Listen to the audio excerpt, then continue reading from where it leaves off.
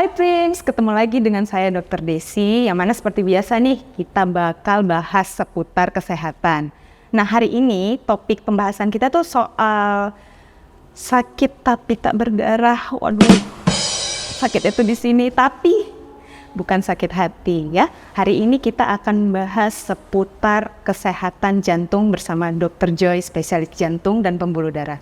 Tapi tunggu dulu, Prince udah pada follow sosial medianya Prim TV belum?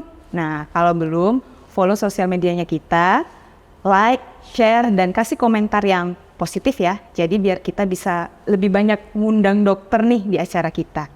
Oke, langsung aja kita ketemu sama narasumber kita, Dr. Joy, spesialis jantung dan pembuluh darah. Halo dokter. Halo. Apa kabar dok? Baik. Baru kali ini diundang di Prim TV ya dok? Benar sekali. Oke. Jadi dok, kita hari ini bakal bahas mengenai kesehatan jantung dan ini udah banyak sekali dok pertanyaan-pertanyaan dari Prims dan ini memang ditunggu sama Prims di rumah. Jadi gini dok, pertanyaannya kita mulai aja ya dok. Ya. Penyakit jantung itu keturunan atau gimana ya dok kira-kira dok? Ya, jadi penyakit jantung tuh sebenarnya banyak ya dokter Desi ya. Nah, salah satunya seperti mungkin yang diketahui teman-teman semua mengenai penyakit jantung koroner. Nah, penyakit jantung koroner ini memang ada faktor keturunan. Jadi kalau kita punya familial history, maka itu resiko juga untuk anak-anaknya ke bawah. Misalnya nih ayahnya atau ibunya ada yang menderita penyakit jantung koroner, maka anak-anaknya juga memiliki resiko untuk terkena penyakit tersebut. Hanya saja memang dengan pola hidup yang baik, nah tidak semua akan terkena penyakit jantung koroner tersebut. Tapi tergantung lifestyle-nya juga ya. Benar sekali. Berapa persen dok kira-kira? Kalau persentasenya sih nggak ada yang kejelasan mengenai hal itu ya, tapi dia termasuk pada faktor risiko sih untuk si keturunannya menderita penyakit jantung koroner. Berarti belum tentu bapaknya sakit jantung, mamanya sakit jantung, anaknya sakit jantung, belum tentu ya? Belum tentu. Jadi dengan lifestyle yang baik, olahraga, pola makan yang sehat, nah itu juga bisa menurunkan risiko untuk terkena penyakit jantung koroner tersebut. Terus nih dok, ada penyakit jantung yang katanya disebabkan oleh virus. Itu benar ada ya dok ya? Ya ada, penyakit jantung sebenarnya banyak sekali ya jenisnya ya. Cuman mungkin beberapa masyarakat kebanyakan tahu seperti penyempitan di pembuluh darah jantung. Ini kita sebut dengan penyakit jantung koroner. Nah memang ada beberapa penyakit pada jantung yang disebabkan oleh virus. Contohnya mungkin yang baru-baru ini kita hadapi ya, pandemi COVID-19 ini. Ada juga yang menyebabkan terjadinya peradangan pada otot jantung sehingga kita sebut dengan miokarditis. Nah, gejalanya bisa ada yang ringan, bisa sampai yang berat, bahkan sampai yang jatuh ke gagal jantung namanya. Jadi memang ada sih penyakit jantung yang disebabkan oleh virus. Nah, jadi dok, pasien-pasien yang ada gangguan jantung atau orang nih masyarakat yang ada gangguan jantung biasanya bisa langsung terlihat secara fisikly atau gimana ya dok? Ya, beberapa penyakit jantung ada yang tidak menimbulkan gejala apapun. Ya, tidak. Makanya seperti heart attack itu juga kadang sering disebut sebagai silent killer. Jadi kadang dia tidak menunjukkan gejala apapun. Tapi memang yang tipikal untuk penyakit jantung seperti penyakit jantung koroner ya, itu biasanya pasien mengeluhkan nyeri dada sebelah kiri atau untuk kasus yang lebih berat menjadi sesak nafas ya. Artinya dia aktivitas sedikit kok jadi gampang capek ya dok. Saya jalan cuma 10 meter harus istirahat dulu. Jadi sesak. Ada juga yang pada kasus lebih berat mandi saja atau makan saja atau ngomong saja seperti kita ini udah sesak nafas. Nah, jadi itu sih yang paling banyak menunjukkan bahwa dia terkena penyakit jantung. Meskipun penyakit jantung sebenarnya banyak jenisnya ya, dan jenisnya itu juga menunjukkan gejala yang berbeda-beda. Tampilannya beda-beda ya? Tampilannya bisa berbeda-beda. Ada yang berdebar-debar ya pada gangguan irama jantung gitu. Ada yang mungkin membiru ya pada anak-anak yang punya penyakit jantung bawaan. Nah, ada juga yang gejalanya menjadi biru. Misalnya pada anak nangis kok jadi biru ya dok. Nah seperti itu. Tapi untuk orang dewasa, nah paling sering kan penyakitnya disebabkan oleh penyakit jantung koroner.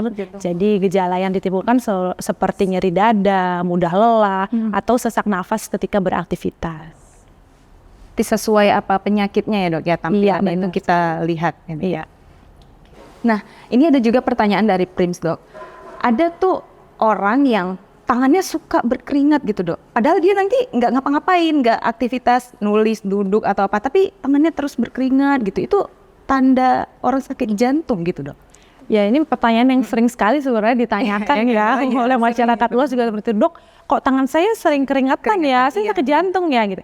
Kalau keringatannya itu hanya terbatas pada tangan dan tidak ada gejala yang lain, itu bukan salah satu ciri dari penyakit jantung. Tapi kalau misalnya pasiennya ngeluhkan nyeri dadanya berat, tapi tiba-tiba dia kok basah ya dok, padahal nggak panas, basah, keringat dingin. Nah itu mungkin merupakan salah satu dari gejala penyakit jantung. Tapi kalau hanya terbatas pada tangannya saja, ya itu bukan gejala penyakit jantung sih. Bukan ya dok.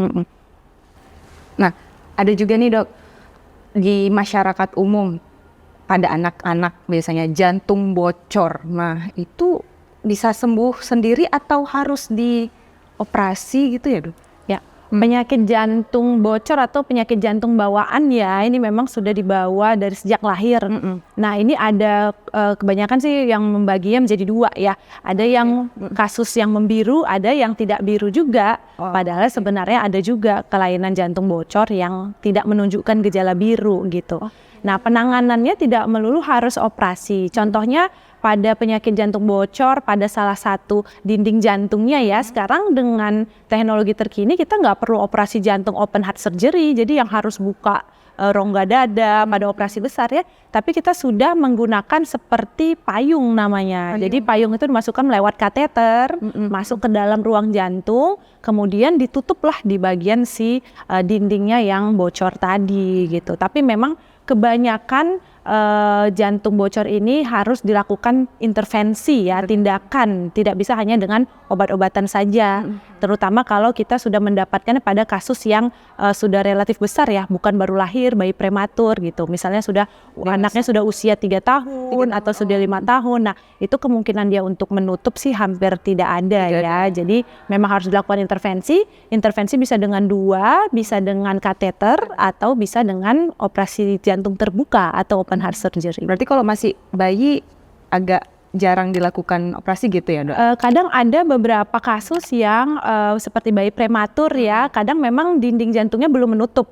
Jadi kadang diberikan obat-obatan dulu, dicoba supaya dia bisa menutup sendiri.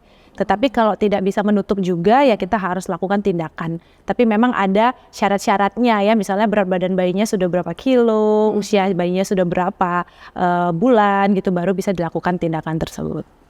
Nah info dari Prims nih dok, ada juga kita dapetin. Katanya daun manis dari gula stevia yang diproduksi menjadi gula stevia dok, bisa mengobati jantung bocor. Itu gimana metodenya ya dok? Ada ya. Saya belum pernah dapat evidence base-nya ya, bukti klinisnya bahwa si gula ini bisa mengobati jantung bocor. Tapi obat-obatan saja yang kita ada saat ini tuh tidak bisa menutup kebocoran pada jantung. Jadi makanya saya bilang tadi harus dilakukan tindakan ya, baik berupa tindakan menggunakan kateter atau dengan operasi jantung terbuka. Oh, berarti itu mungkin kebetulan ya dok, karena belum ada evidence base. Belum ada evidence base-nya. Oke. Terus nih dok, ada juga info. Kalau misalnya orang darah tinggi nih dok, masak. Terus masakannya tuh asin dok. Nih kita dimasakin nih sama orang darah tinggi. Masakannya tuh asin kali, tapi sama dia tuh kayak biasa aja gitu. Ya memang kayak gini gitu. Itu ada pengaruh nggak ya dok sama pengecapan atau gimana dia biasanya rasakan asin? Yang saya tahu biasanya kalau orang masak asin tuh mau merit mungkin dia ya, minta merit kali ya.